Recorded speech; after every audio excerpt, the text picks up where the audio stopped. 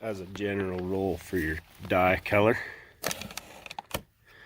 I use this is just a Dasani water bottle, and I cut it off. That's about 2 inches, maybe 2.5 inches, and 2 cups as a general rule. 2 cups this size per 80-pound bag of mortar will make your color the right color pretty much on every color of block that they make. So if you take that dye cup, if you do 2 cups per bag, your color will come out really close. Even if you're using a brown, if you're using a brown block or whatever block you are, that's typically how the dye ratio works. So this is a charcoal, and you can see that color is pretty close. So this is a lot darker than just a regular old gray block. So we added 2 cups of black to it.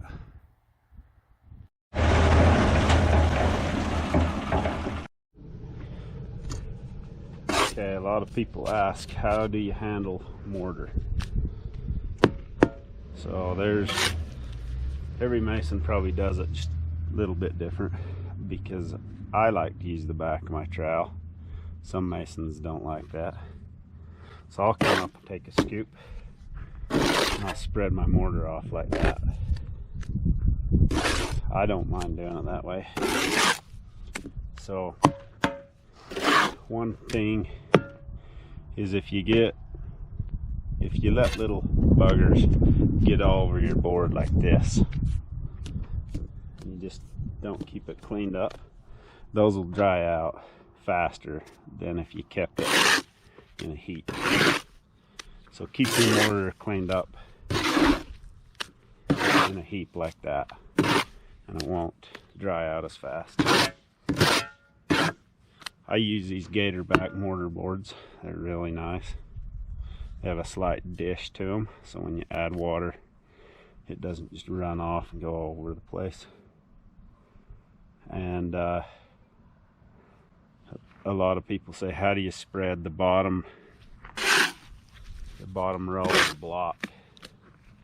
So you bring your trowel in, push the mortar down, and you come back with about that much.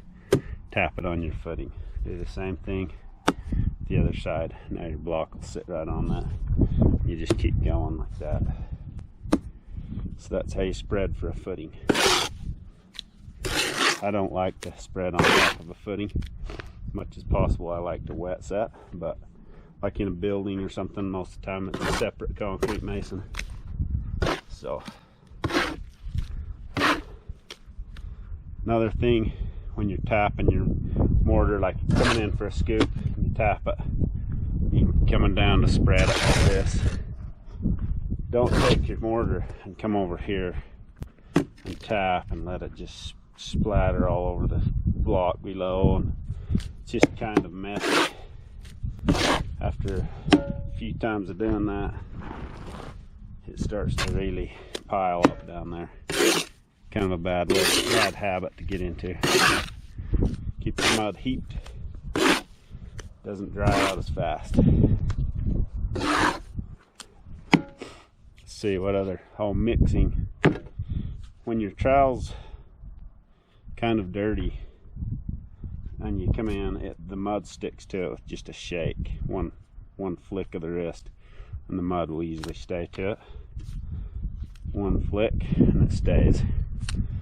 So when you're mixing, you don't want it to stick.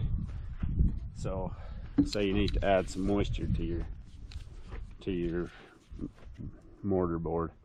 If you spray your trowel and then come in it doesn't stick anymore.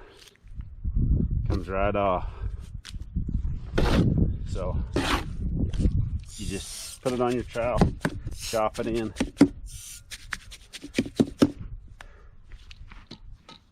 Other thing too is this is a 13-inch trowel, so it takes a lot of wrist power to keep everything going.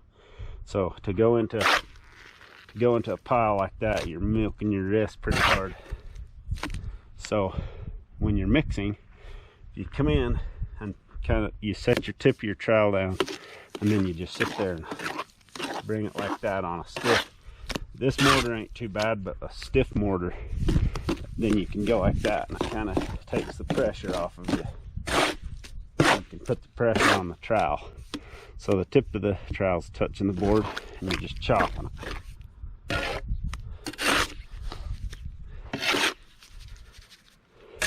You should be able to mix with both hands, because that hand will get fatigued. So it's a good idea to get both handed with it. So you can mix with your left. As soon as it gets tired, switch to your right.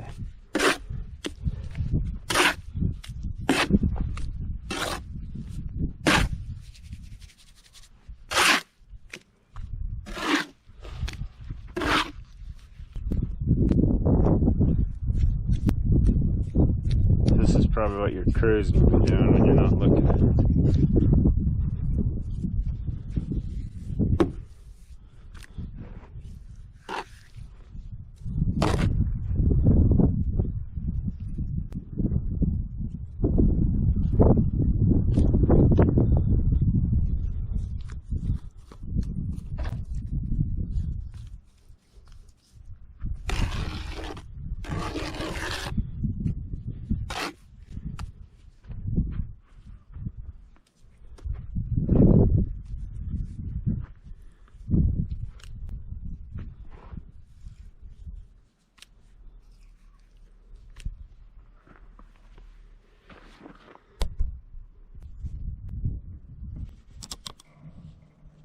Don't screw around on the job.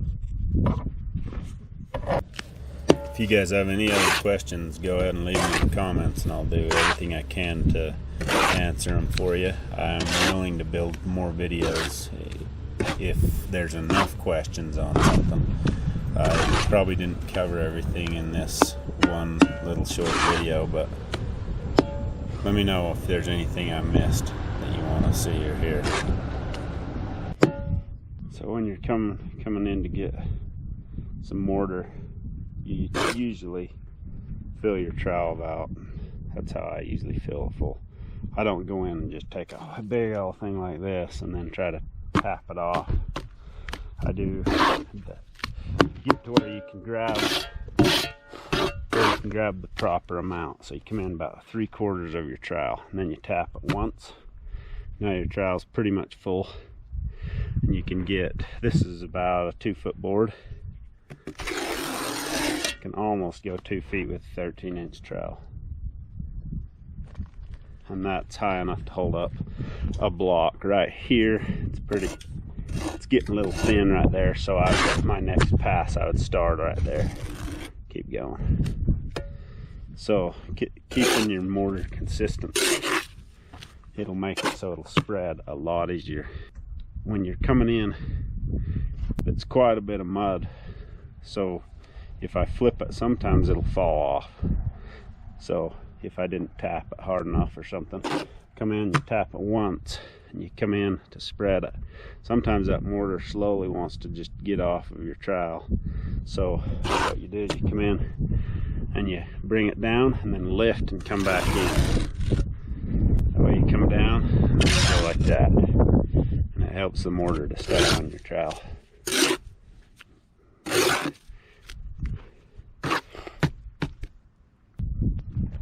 These blocks don't have a head joint, but I'm going to use this one as an example.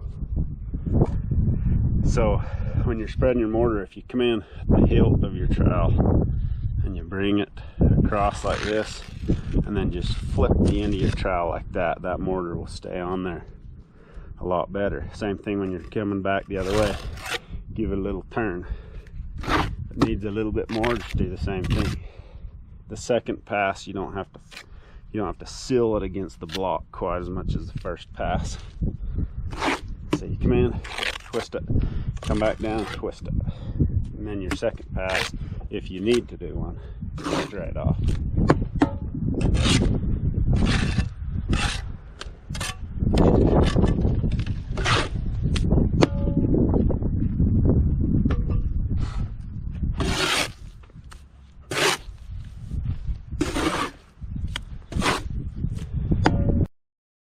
So that's it for this video. Hit that subscribe button, notification bell to catch our next video on this wall. Thanks for watching.